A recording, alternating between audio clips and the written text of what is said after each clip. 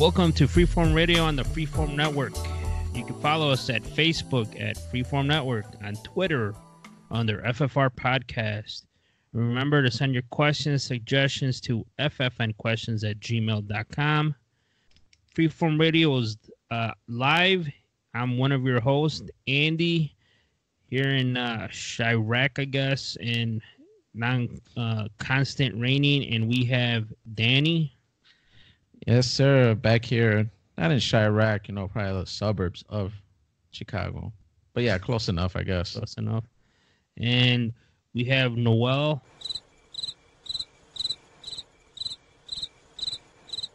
We no Noel today, guys. He's guess he's feeling a little bit under the weather ever since he got a job. So we'll talk to him soon, hopefully next time.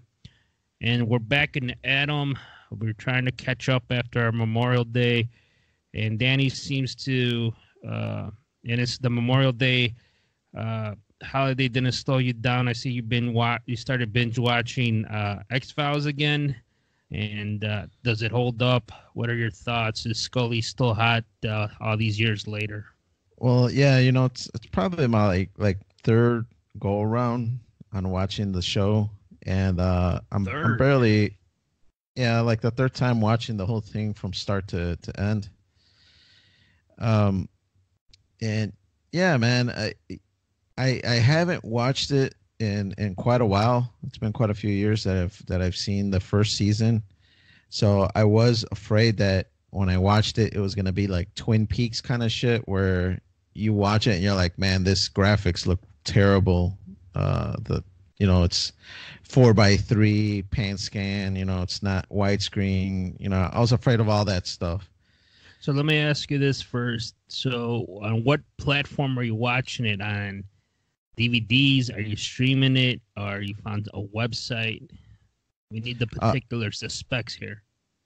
Right now I'm watching it on Amazon Prime. I have Amazon Prime membership.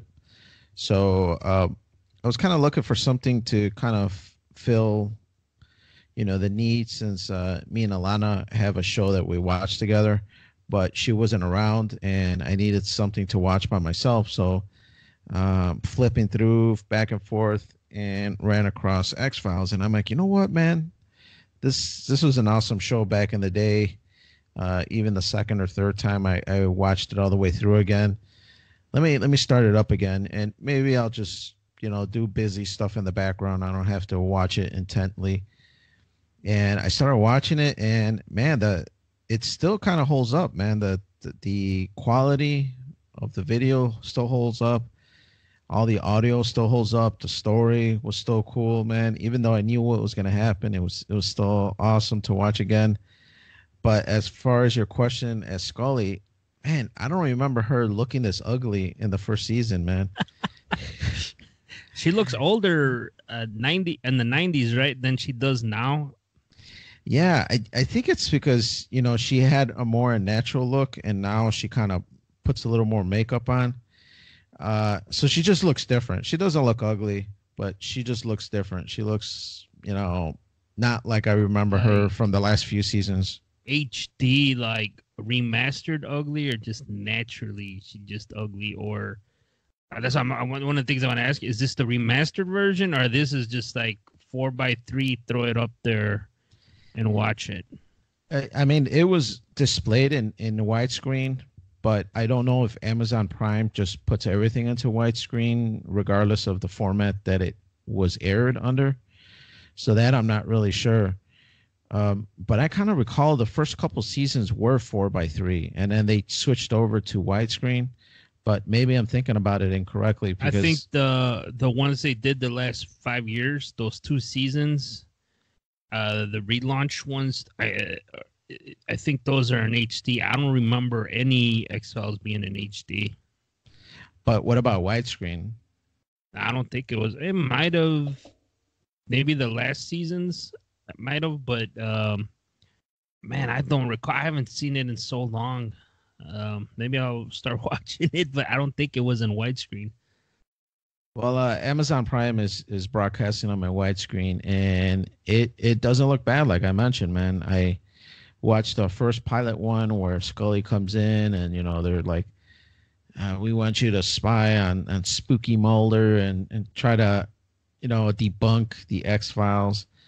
And it all looked really crisp and clean. I mean, not HD, like TV of today, but it still looked pretty clean as far as older TV shows go. Yeah, I bought. I went to Goodwill. I was thrifting, and I found an X-Files best of DVD that they were trying to hype. I think they were trying to hype up the movie. They came out a while back. Not the first movie, but the second movie. It has like the best 8 episodes picked by the creator. And Okay. the first, the first 3 episodes are like within the first 3 seasons, and nothing late was like the next 5. I think were middle of the seasons. There was nothing at the end, and I think one of the first episodes he thought was the best was the pilot episode. Yeah, the pilot episode's actually pretty good. I mean, it shows all the typical aliens, abducting people. It's a really good episode, and so far I'm like half the season in, and it's cool, man. It's a cool little nostalgia trip.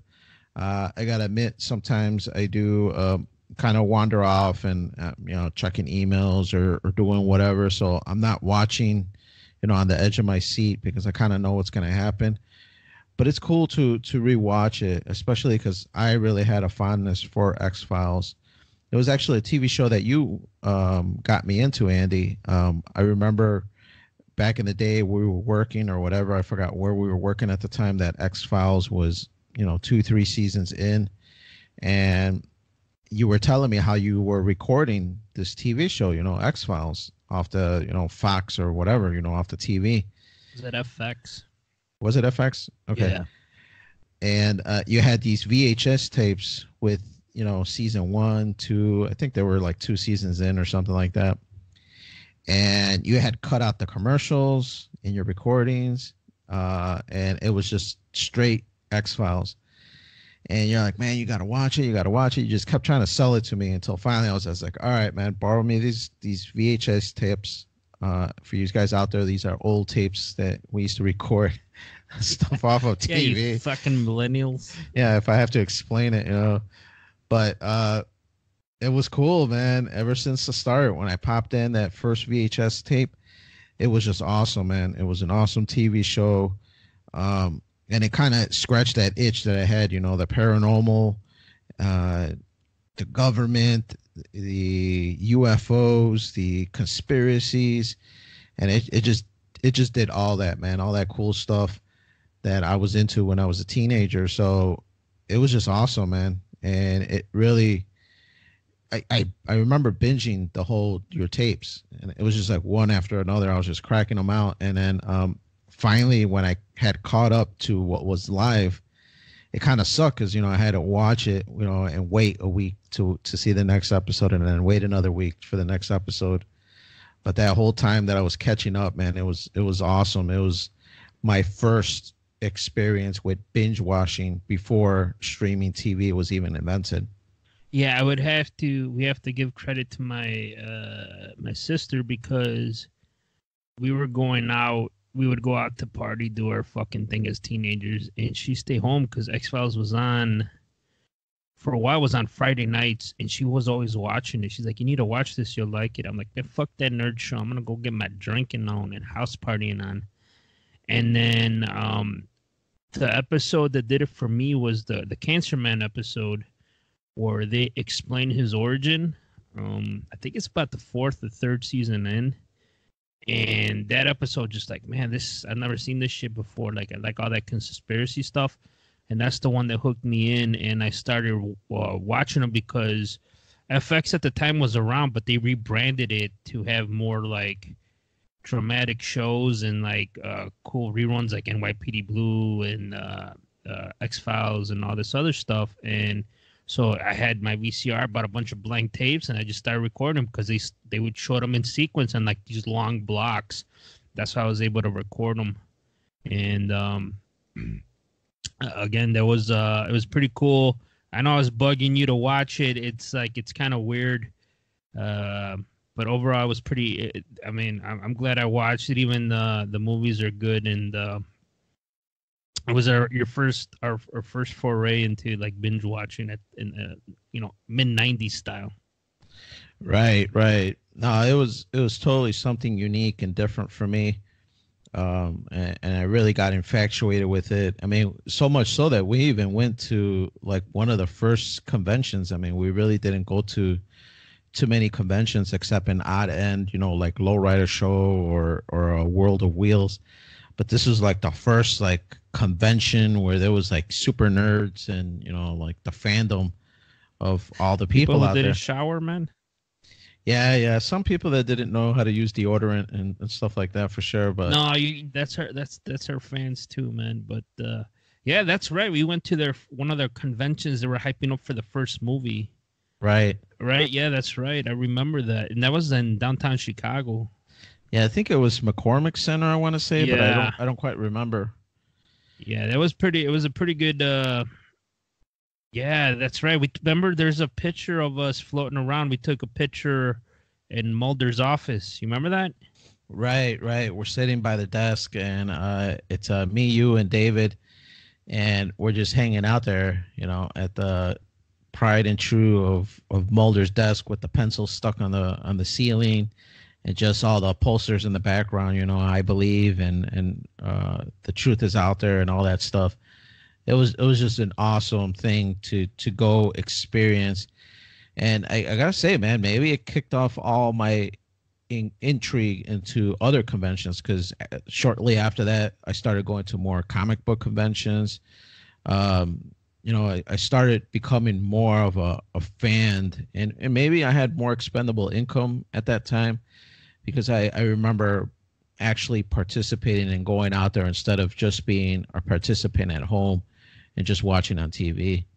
You were able to express your fandom, Danny. You're geeking out and shit. Right, right. I mean, I wasn't super crazy. I wasn't dressing up like Mulder or anything like that, uh, or dressing up as Scully.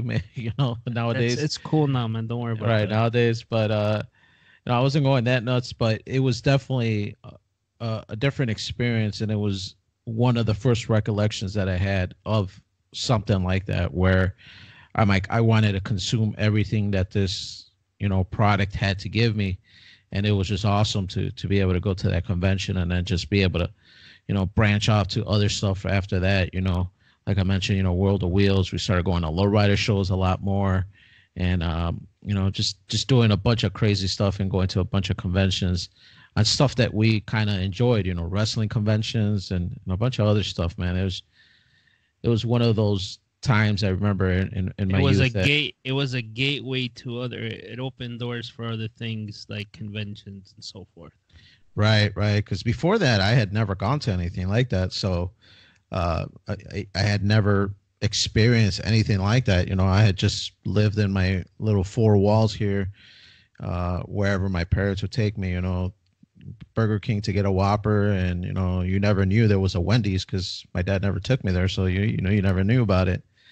So once you become a teenager and are able to ride your bike where wherever your legs will pedal you to, it kind of opens up your world and you start seeing newer stuff and more stuff for sure.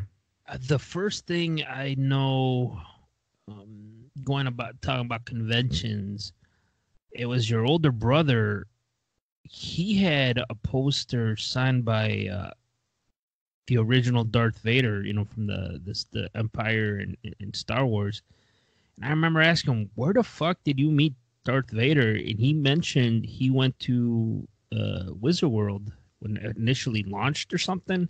Do you recall that? And he had that hanging up in his room for a long time. And I'm thinking, I wonder if he even still has that poster because it was kind of fucking cool. I don't quite recall. Either I was so young that I don't remember, or it was something unimpactful that it just doesn't recall to me. It's just boring, nerd.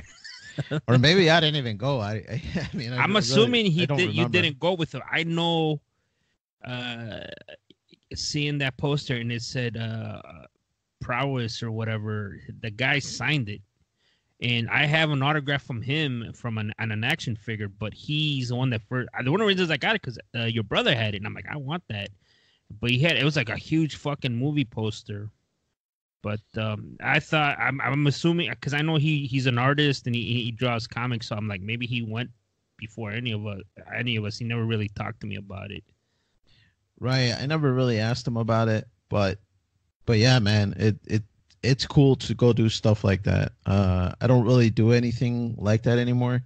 I mean, even comic book conventions, we really don't go anymore. It used to be something that we don't miss a Wizard World, but now it's like, nah, it's too expensive, man. It's like $50 a ticket. It's not really worth it, kind of thing. Yeah, it's I look at that now, like if I would go, I would be like, man, like I miss this shit, and like I want to start collecting again, and I don't want to get into that again. Like, it's just it's too much of an attachment. It's like a trigger for me, I guess I'm trying to say. Like if I go, I'm like, oh yeah, man, like I should be able to get all this shit. Like I'm this close to completing some of these collections that I have. Right. Yeah, I know you used to collect like the Avengers, and you used to, I forgot what you called it, the Golden Age, or what was the age that you were trying to collect? The Silver Age, like the Avengers. Like I was trying to complete Volume 1, and all I had left was, I think, from one episode, comic 1 through 100, and those were all Silver Age comic books. Now I was really talking about that's like a financial commitment. Right, because some of those are pretty pricey, right? Yeah, dude. Like I have like maybe like 4 of them that I was able to get. Like they're beat up, they were low grade, but I'm just gonna get it. But if I go now, I'm like, yeah, it's gonna be kind of hard to explain to my wife I'm spending hundreds of dollars on books. Right. I mean, I even took my son, I think once or twice. Maybe not to Wizard World, but maybe to the other knockoff one, the E232, or what's it called? Yeah, C2, C2E2. Yeah, that sounds about right. Because I know it was a little lower in price and it wasn't as expensive as Wizard World. I think now it's probably up there and just about the same price as Wizard World. But it's something that I wish I had more time to dedicate to. But it's just something that I can't fit in my life right now. But it's great memories to do stuff like that. It was great memories to go to wrestling conventions and just see a bunch of old time wrestlers, Hacksaw Jim Duggan, Bruce the Barber Beefcake, all that stuff, man. And it's like that super fandom I was talking about that, X-Files kind of triggered in me and kind of made me aware of that culture that's out there of that.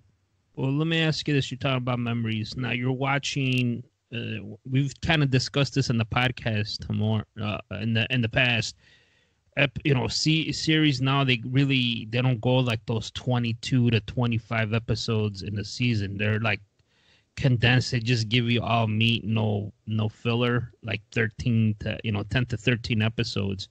When you're rewatching these, do you feel some of the episodes are like, yeah, this is great, or some of it's just like filler episodes? So far, what I've watched has been pretty good, like good episodes that I don't feel it's like, kind of a throwaway episode. But I don't really remember X-Files having too many of those. The only time I kind of remember that was when Mulder left and they got that Terminator guy to come in and fill in. And then he kind of filled in like for 2-3 seasons. And then some other chick came and filled in for a few seasons, and I was just like, man, this isn't the same. The show, even though Dana was a big part of it, it really was Mulder. The show is centered around him, to where it gave me that feeling like, man, it should have ended already. If they couldn't sign Mulder to another extension in his contract or whatever, they should have just ended the show there and just written it off and went off into the sunset. You think now that I never got the impression the show should have ended, but talking in today's climate, now X-Files is a Disney property. Do you think they're gonna try to reboot it or bring it back? Now that because it used to be a Fox property. You think in today's world there's room for X-Files or for reboot it with new characters or new agents or anything like that? I think they kind of flirted with that idea the last season that they put up on Fox, where they had a younger version of Fox and Dana Scully. But I don't think the people out there kind of felt it. To me, I didn't mind it. I didn't mind the younger version next to the older version, and they kind of played off of each other. And to me, I got that feeling like the studio's testing the waters, trying to see if the fans will accept this new, younger crew. Because if they do, then maybe they could have a spinoff and start off a generation 2 or whatever. But I don't think the people really accepted them that much. I don't think they hated them, but I don't think it's much of a love of those characters that maybe gave the studio the impression let's try to spin this off and try to keep re-branch off X-Files. So now I guess to answer your question, I think it should be well enough alone. If anything, maybe a movie. But these characters are starting to get old. I don't know if you can really play off a movie unless you play it in nowadays where it's updated to where 15 years have passed and this is where they're at now, and not try to make them seem like they're still 15 years younger and try to pick off where they left off from the last show. Damn, Danny, you gave that shit some thought out there. You said, fuck that, man. I was just be like, oh, Mulder's son 2.0, Cancer Man's son 2.0. Let's get this shit going. And instead of him smoking cigarettes, he'd be fucking vaping and shit. I mean, I wouldn't doubt it that they would try something like that. But to me, it would just tarnish the great show that it was. And I don't know if it's something that, would be necessarily something that I would want to see. I would want to remember it the way it was, and not have it be something that was forced and, kind of give you that sour taste in your mouth. And you're just like, I don't want to watch this. You don't this isn't what it was. Being forced down your throat, man. No, for sure I don't. But I guess jumping back into the X-Files, man, it's a great show. I'm glad I started rewatching it. I don't know if I'm going to be able to finish the whole thing over again, especially since me and my wife, we do get into our TV shows together. So this is more just watch by myself while my wife is off doing something and we can't watch, excuse me, we can't watch our regular show together. So yeah, man, I'll probably keep watching it until, me and my wife get busy into the other show that we're watching. So we'll see how far that goes. But, speaking of good taste in your mouth, did your deals, Andy, with a coworker at work, did that give you a good taste in your mouth, or if that gave you a sour taste?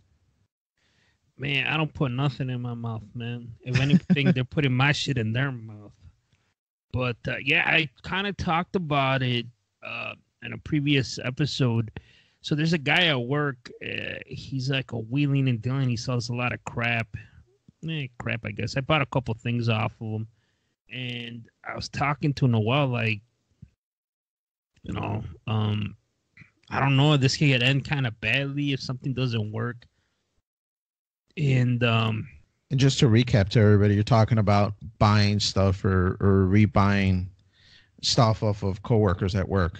Yes, and like he's one of his side deal, side, I don't call it job, but he's an entrepreneur. He likes selling shit, and like he buys stuff or he finds it and he fixes it or he resells it.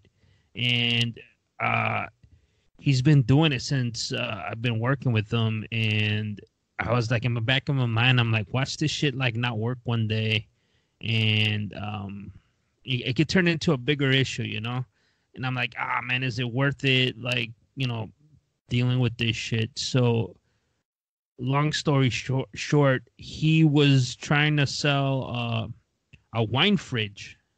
It was a 6-bottle wine fridge.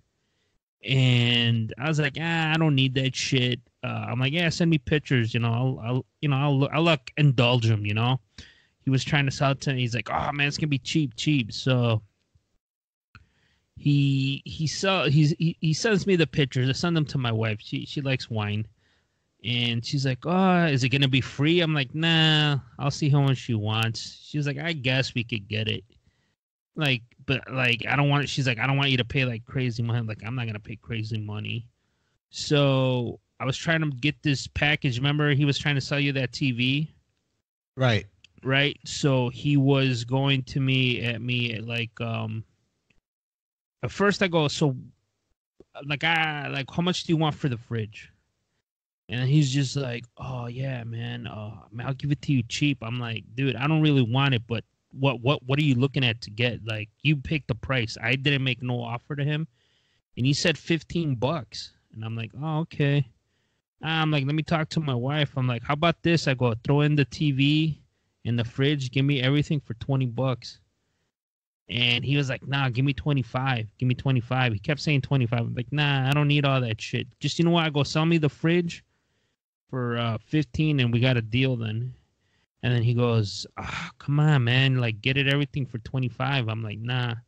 So I'm like, nah, dude, just sell me the fridge then. I'll have the money for you on Monday. This is our Tuesday. I go for, Memorial Day weekend. Right. So here we are. And then he goes, before he leaves, he goes, bring the 20 on Monday. Like, all right, bet we have a deal. So I'm assuming I'm getting the fridge and the TV. So Tuesday, Monday's Memorial Day. Tuesday, he rolls up. I'm like, so what's up, man? You got the fridge and the TV? And he goes, oh, man, I can't sell you the fridge, man. Like, what the fuck you mean you can't sell me the fridge? Ah, man, my wife posted it on Let Go and Offer Up. I'm like, and we got a deal, dude. Like, that's your problem, We have a deal. I got the money right here. Nah, man, I need like $30 now. Like, just for the fridge, I go. And he goes, yeah, man, it's because, it's my wife, If I don't do it, if I don't listen to her, I'm not going to get any sex or some shit. And I'm just like, first I'm thinking like, man, what a pussy, but okay. Like, nah, dude, we had a deal. Like, I don't even want the TV. I'll go, just sell me the fridge for the price we agree. I can't, man. And so he fucking reneged on the deal, man. You believe that shit?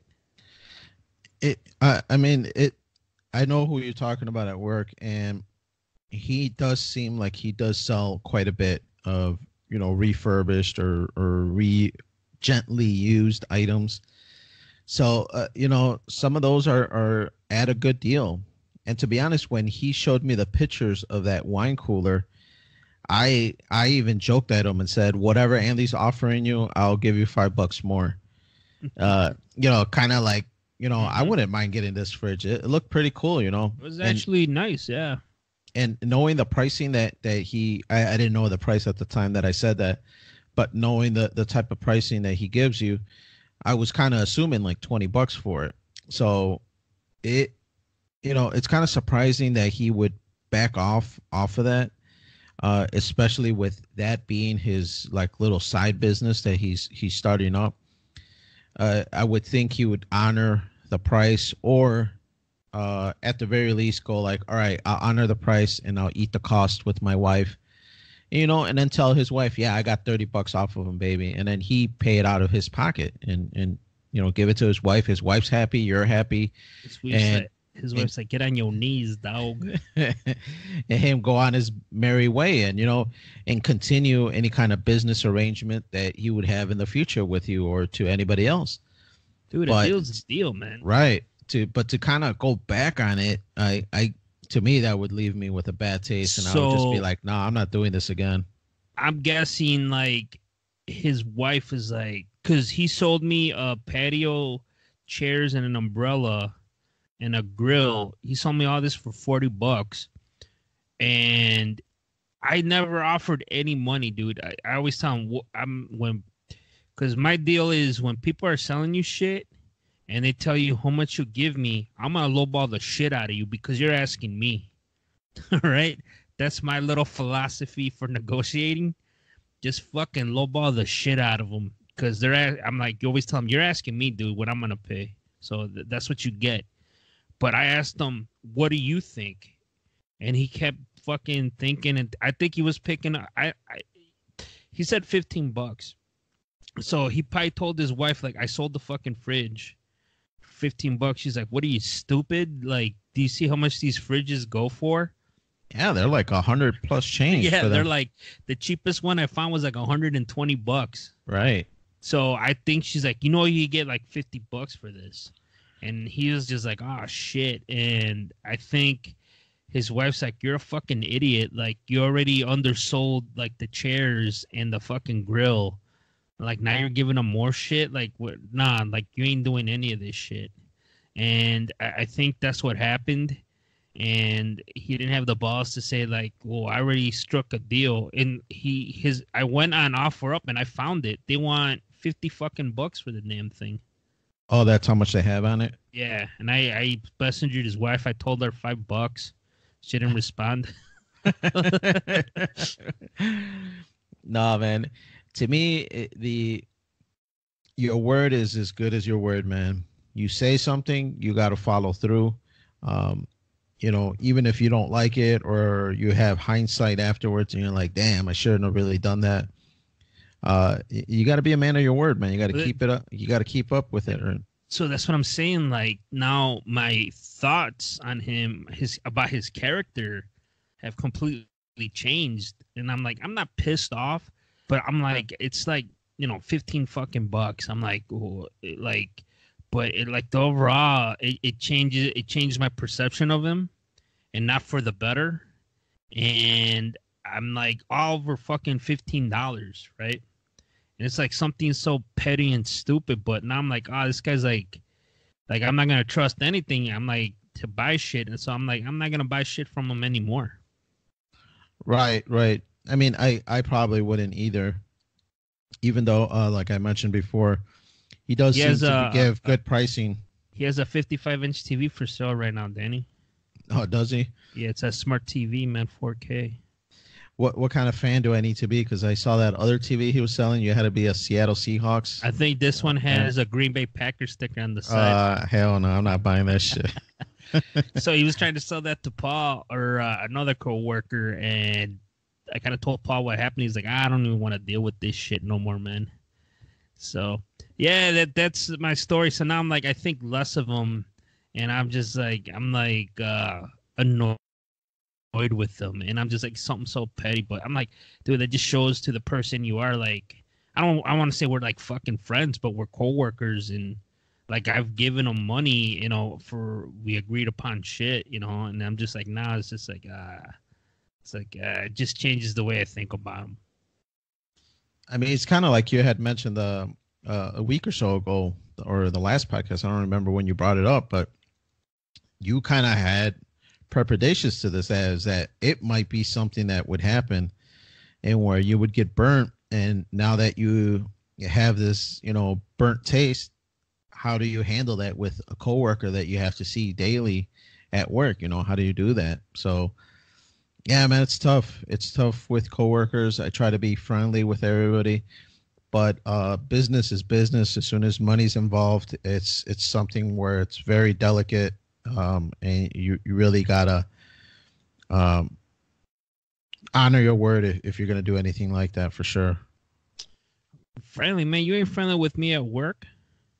You're different, Andy, man. Oh, sometimes I'm fucking different. Sometimes I need to give you that tough love.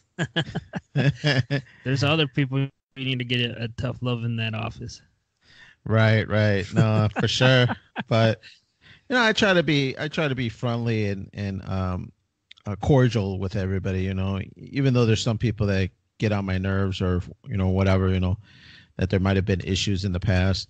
I try to be and if it has to do anything with work, for sure, let's talk, let's figure it out.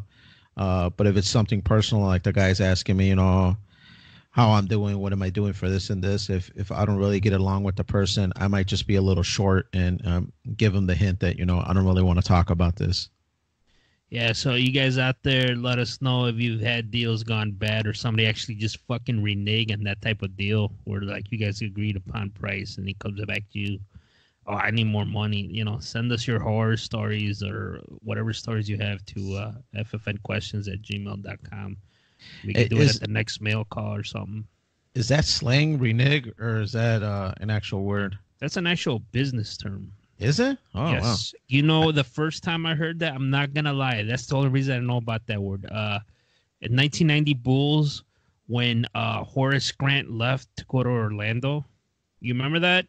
No. They had Jerry Krause in quotes, Jerry quotes, he reneged on our deal. And I'm like, reneged is something like you're literally backed out. That's the first time I ever heard that word. That's no reason to this fucking day. I was like in junior high or like a freshman in high school. I know about that word. Wow. When you first said it, I'm like, man, Andy's using some slang right here. I'm like, I wonder if that's PC in this Me Too day nowadays. Oh, it's an actual business word. It's legal slang, I guess, but it's legal ease wording, I believe. All right. So, but yeah, man, shoot us up if you know any stories or if you guys have some stories and that are offer up or let go. But that's one of my horror stories of the week. But the other one kind of made up for it. I'm watching the show with on Hulu. It's called Vice Principals. It was on HBO for 2 seasons. I don't know if you heard about it or know anything about it, Danny. No. I know you kind of mentioned it a few days ago when we were talking during lunch, but you spoke about it briefly with the new Hulu package that you have. But no, I've never heard about it. What's the TV show about? So it's with Danny Mcbride and Walter Goggins. I believe that's his name. I just know him, the skinny guy from The Shield. He's been in a lot of movies. He was on Sons of Anarchy, that transgender prostitute. Oh, okay. You remember that? Yeah. That's who the other principal is, and they're fighting to become principal of this high school because one of the principal retires, and they bring in a woman, and just all hell breaks loose. And they're kind of like somewhat enemies, but they join teams to get this woman they hired fired. And so one of them could be principal. And the first season is like any show, it's fucking hilarious. I'm like halfway through the second season, and it's kind of it went over to what I call jump the shark. And like it got like fucking like the whole premise of them was to become a principal. And the second season, one of them becomes principal. It's just like, this is not working out. So Mcbride, that's the guy who was in Eastbound and Down. Right. He's a funny character, man. I think he's a good ad-libber because from what I hear from his other TV show, he kind of spontaneous. They have like those bullet points kind of dialogue, and then he kind of has to make up the rest. And he seems very good and to adapt to that. Yeah, there's a lot of I can't think of what the fuck it's called. Ad-lib? Not ad-lib. That's God damn it! I can't think of the name of that comedy technique. But it's like ad-libbing. Improv too. Improv. There you go. Yeah. So there's you could tell there's improving because they're going back and forth in a couple of the scenes. But yeah, I mean the first season's great. I'm watching through the second season. Danny McBride he's like the thing about Danny McBride, he plays the same fucking character in all these shows. He's just an asshole. Right. He's always trying to fuck this hot girl, and he does somehow, and then he fucks it up.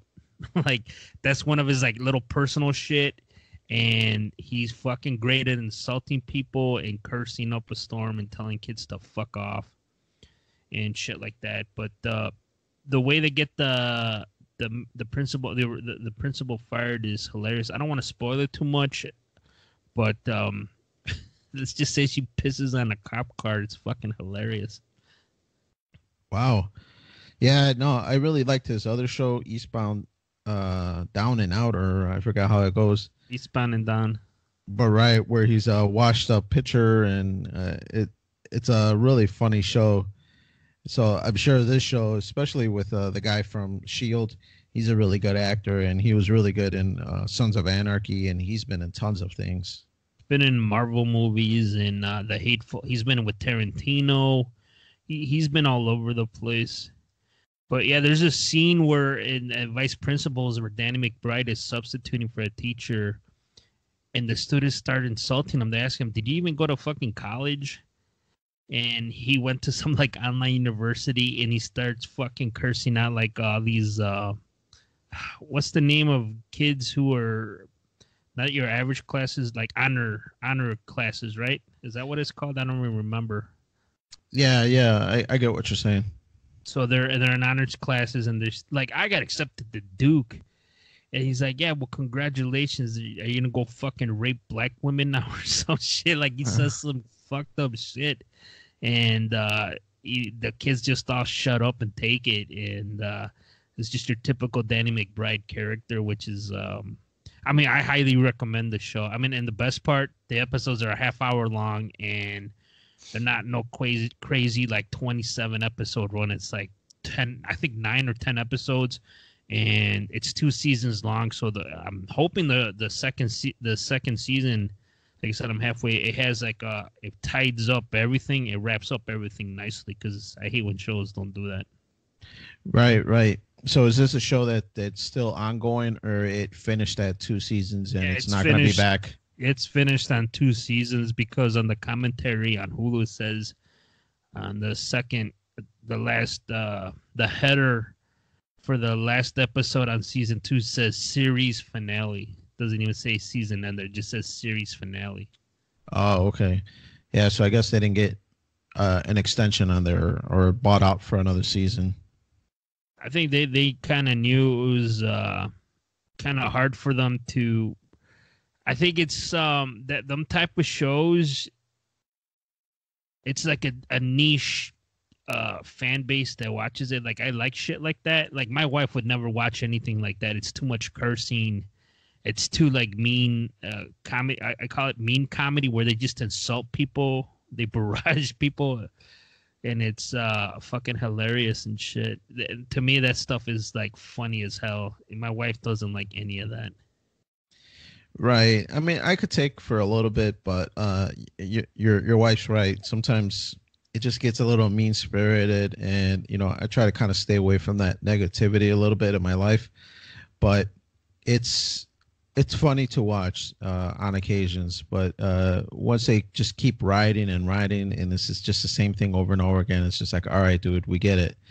You're a tough guy, and you're making fun of everybody else. All right, is there anything else? And sometimes you get tired of it. I don't get tired of it. I find that shit hilarious. Like on Eastbound and Down, where they're just busting on Stevie. That shit was right. just hilarious, man. the when he went to the car show, the car dealer, and he's like, yeah, when I finish up the deal, swing by and pick me up. And he's calling for him, and he doesn't come over. And then finally he comes out from playing with a bunch of kids, or he was around a bunch of kids, and he has that spray can on his face. Yeah, he was inhaling paint right off of a bag. Yeah, the best part on that is where Kenny's like, why is your fucking lips all silver? What were you sucking RoboCop's dick? He's like, I was partying with those guys. Yeah, that's just like, you can't make that shit up, man. That's improv. Like, who you imagine reading that in a script? Right. You can't make that shit up, man. It's just that's what I'm saying. Danny McBride, he plays that character, and like in everything. I don't want to say he's typecast, but that's his bread and butter. That's how he makes a living, is playing that fucking guy. Yeah, he does. He's kind of what is that, typecast, or like you said? Yeah, he's typecast. Right, where he's always playing that, goofy guy and asshole, whatever. But he did have a funny run with that TV show, and I'm sure this one is just the same. He's just that kind of character. it almost makes me want to see the DVD on occasions like that, because can you imagine watching the deleted scenes or the bloopers? And it's got to be hilarious. All the outtakes, all the stuff that they didn't use. There's got to be some funny stuff in there. Yeah, absolutely. There's got to be some funny outtakes. I wonder if they have them like on YouTube or something. But overall, I recommend the show. It's a much watch, and once I complete it, I'll give everybody an update. Right, right. But why don't we jump into our article of the week?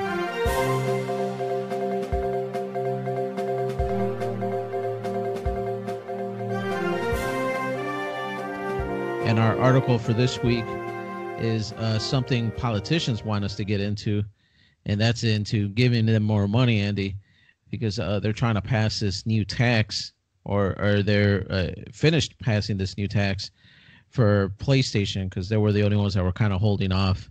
And the header of the article is a new PlayStation tax shows how greedy politicians can be. And it's actually a very well put article. It goes into something of the history of this entertainment or amusement tax, as sometimes they call it in the article, and how Chicago is one of the most notorious cities for taxing everything. And it's kind of something that I've gotten accustomed to, just looking at my receipt and seeing, 9% tax here, 7% tax there, and just seeing all these taxes on your receipt, that I've kind of become numbed and desensitized with it, that to me it's just a normal day living here in the city of Chicago.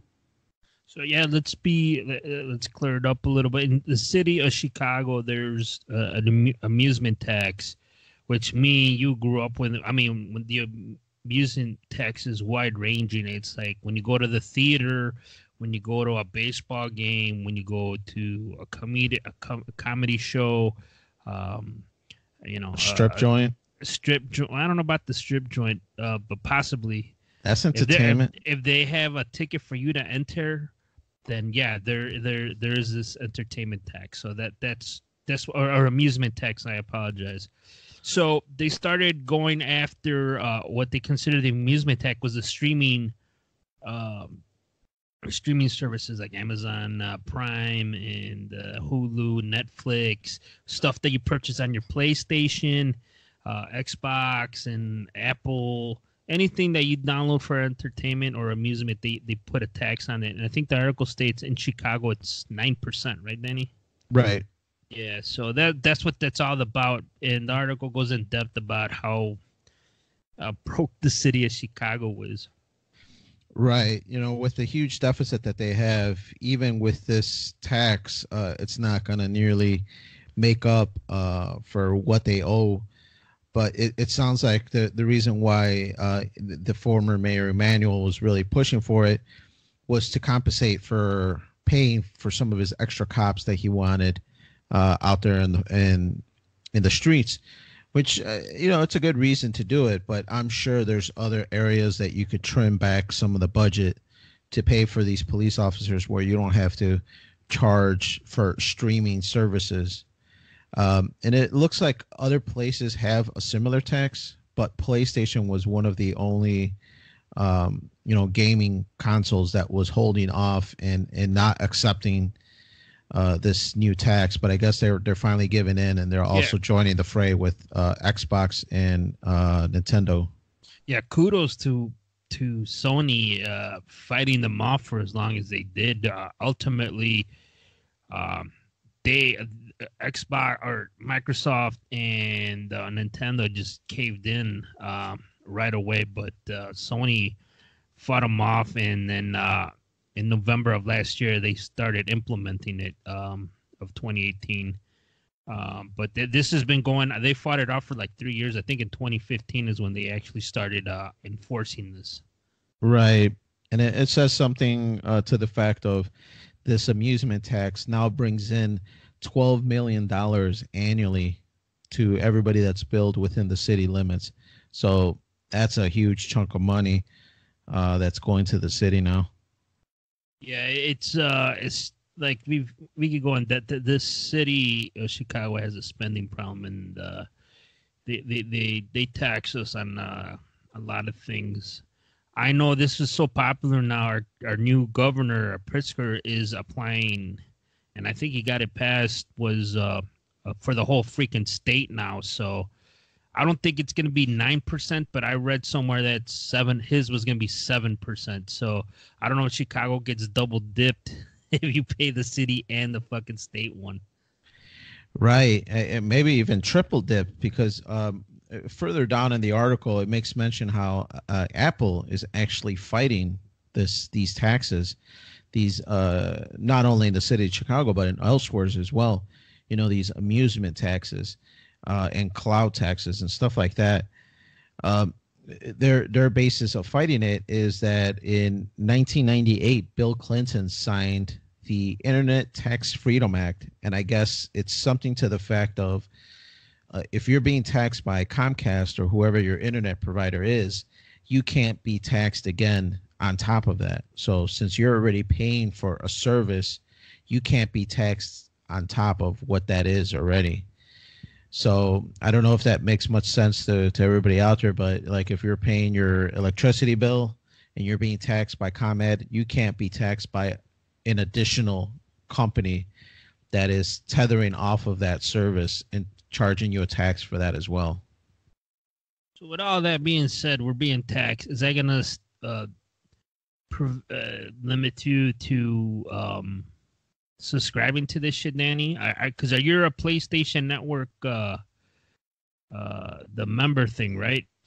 Right. For PlayStation, it's called PlayStation Plus. Yeah. And I've been a PlayStation Plus member for quite a few years now. I think it's like 5 years now.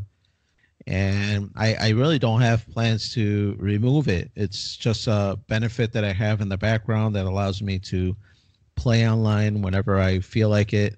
But mostly the reason I have it is that you get 2 free games every month with it.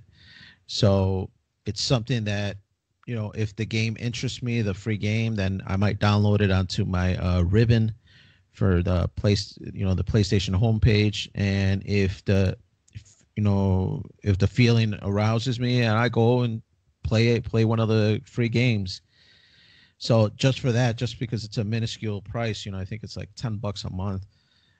It's something where to me it's worth it for a couple free games a month, and the possibility of playing something new, different, without having too much of a initial payment that you have to do. Well, that goes back to I was talking at the previous episode about shared credentials. I know a guy that can hook you up for a one-time fee and give you some type of guarantees that for a low price, he'll give you an email and a password to watch some of these services tax-free, Danny. But don't tell the city of Chicago or the state of Illinois. I don't know. For some reason, I think they'll probably find out if they really want to. They'll get their money which way they can, whether it's red light tickets or parking enforcement. It's tough to live here in the city, man, for sure. Well, like I said, it's not gonna. The only one where I subscribe to is Netflix, and I'm waiting to see that tax. And then I'm getting kind of upset with Netflix because their prices are going up. And I was interested in getting the Disney Plus streaming thing when it comes out, and because it's gonna be like $7, what I've read so far, and with taxes and all that, who knows how high it's gonna get up. But I don't know yet, man. It's not gonna deter me to get it, but it's kind of sad that everything's expensive and more expensive in this state, Right. With all these streaming packages, it really makes me think, am I going to be able to pick up, 4 of these streaming packages? Because I want a little bit from this one and a little bit from that one and a little bit from this one. Am I going to shell out, $10 here a month for that one, $15 a month here? Yeah. I cut the cord quite a few years ago, but now with all these streaming services and, the Paramount has this and I really want to watch that show, and Hulu's got that and I really want to watch that show. CBS Plus or whatever they call theirs, All Access. They got this, and I want to watch that. It's tough, man. I don't. HBOs and all that other crap. Right, and they just keep coming out with more and more. Even for video games. I mean, with this article being somewhat about PlayStation, I was reading that EA Access is finally hitting the PlayStation Store, so they're going to have a subscription service on top of the PlayStation One. There's also rumors of a Ubisoft subscription model that might be announced at this E3, which is like the big convention for PlayStation and video games coming up in June. So there's a lot of talks about Ubisoft having their subscription service. So it's just another subscription service that people have to pay for if they want. Well, yeah, that's like stream or the video game one, the stream or the hell is his name? Steampunk, not Steampunk. The Steam? one that Steam, yeah, that's a subscription digital thing. So they're hitting you up for that, like Spotify. All the music ones are gonna hit you up for that. Again, this is, I mean, it's not crazy. It's a chunk, but we all know that you have to pay taxes. But damn, man, like it's this state. Sometimes I'm like I love Chicago, but damn, it's an expensive fucking city to live in. When you go outside of this city and you go to other parts of the country, I mean, it's pluses, minuses, but they don't have some of the taxes that we have, and they seem to be doing all right. Right. It really makes me think, how much longer am I going to be here in this city? In life or in the city? In the city. Just because, right now I work, so it impacts my daily life, but not so that, I'm, scrapping or anything like that, scrapping by. But it's the kind of thing. Scraping by, yes. But it's the kind of thing where once I retire and I'm on a fixed income, they add this new tax, they add this new tax, they add this new tax. And before I know it, my fixed income's not enough to let me survive, when I'm retired or whatever. So am I going to be able to live here and retire in this city that, I've grown up all my life? Yeah, man. Like I said, it's rough, man. Like the city is. It's a one of a kind town, but it's expensive, dude. Like when people come from out of town, we have a lot of amazing stuff. It's just like, wow, that's pricey. Even down like to the telephone, the gas tax, and all that stuff. So, but going back to the streaming, is it going to deter you to sign up to something new, Dan? Or because Netflix made it so fucking popular because they were the first ones to do it. The studios and the networks, they're like, this is not going to work. We have cable, and basically Netflix killed all this shit, the cable companies, and so now they're getting into this, and now I feel like it's a new form of internet because there's so many rink-and-dink streaming options. Like I got the wrestling one. I see DC has one for comics and movies and shows. There's the Warner Archive. There's like some for older movies that I kind of like. I was thinking about signing up the CBS All Access. Then you got YouTube. Even YouTube has a subscription thing. So now I feel like you said, it's a little bit out of control. So you got to nitpick what you want to subscribe to, and is it worth it now? Even if we got to pay an extra 70, 80 cents a month, Right. To me, to be honest, I think it's going a little too far. The city of Chicago just needs to fix their pension problem, needs to fix their overspending problem, and they just need to cut back some. And it sounds like this new mayor, Mayor Lightfoot, might be doing or going into that area and hopefully be able to cut back some of these programs that are just bloated and unnecessary. To hopefully mitigate some of this extra taxes that they just constantly have to do to just keep the city running. It's terrible. Yeah, I mean, and then the article mentions about they needed the money to expand the police force, and in Chicago we're like I don't know how, since I feel Emmanuel was there, were the murder capital of the world, or in the country at least, and it hasn't really improved in his time here. And they got street lights, street cameras all over the place, and there hasn't been no real improvement. I think they were thinking we put more cops on the streets, things were gonna change, but nothing. It's not there yet, Right, right. That's why I think when the economy was really bad and we were kind of not struggling, but it was difficult at times, making your paycheck, stretching it out, making it work and pay all the bills that you have here in your house. When things were kind of tight like that, me and Alana, we cut back on a lot, man. We cut back our cell phone package to something more reasonable. That's when we cut the cord to cable. We got rid of our cable. We got rid of our house line that we never used except, maybe once every 3 months. We actually picked up the house line and called people.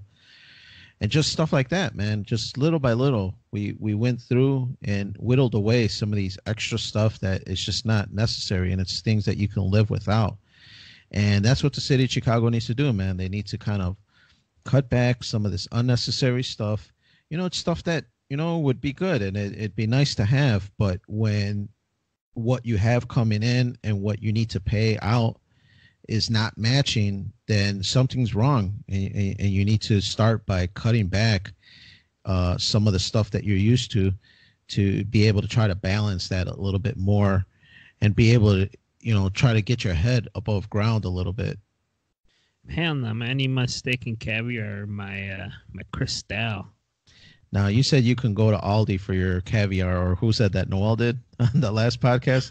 I don't know. I had that caviar. It ain't that good, man. I need the high-end shit. Yeah, I don't need that Chinese caviar, man. I need the shit from Russia, the good shit. Right, right. Well, speaking of good shit, Andy, hopefully that's what this podcast was, but we're all out of time. We'd like to thank you all for listening. Remember to follow the Freeform Network on all the social medias, Facebook and Twitter at Freeform Network. Like Andy mentioned, if you got any cool, stories or horror stories of buying stuff off of, OfferUp or eBay and stuff like that, send them in to ffnquestions@gmail.com. We'll be sure to read those in a future podcast, hopefully. Visit our webpage at freeformnetwork.podbean.com. There you're going to see all the links for all our different carriers of this great podcast. Hit that like and subscribe button.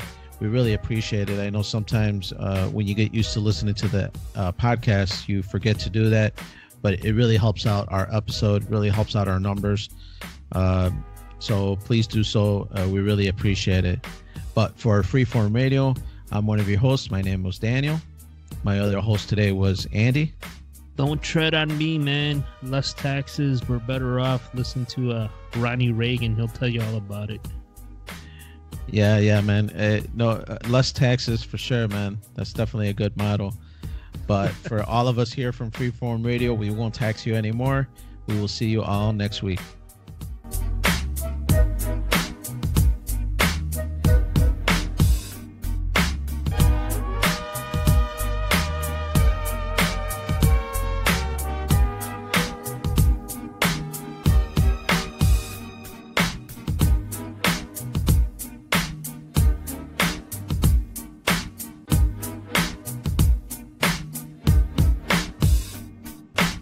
That was cool, Dad.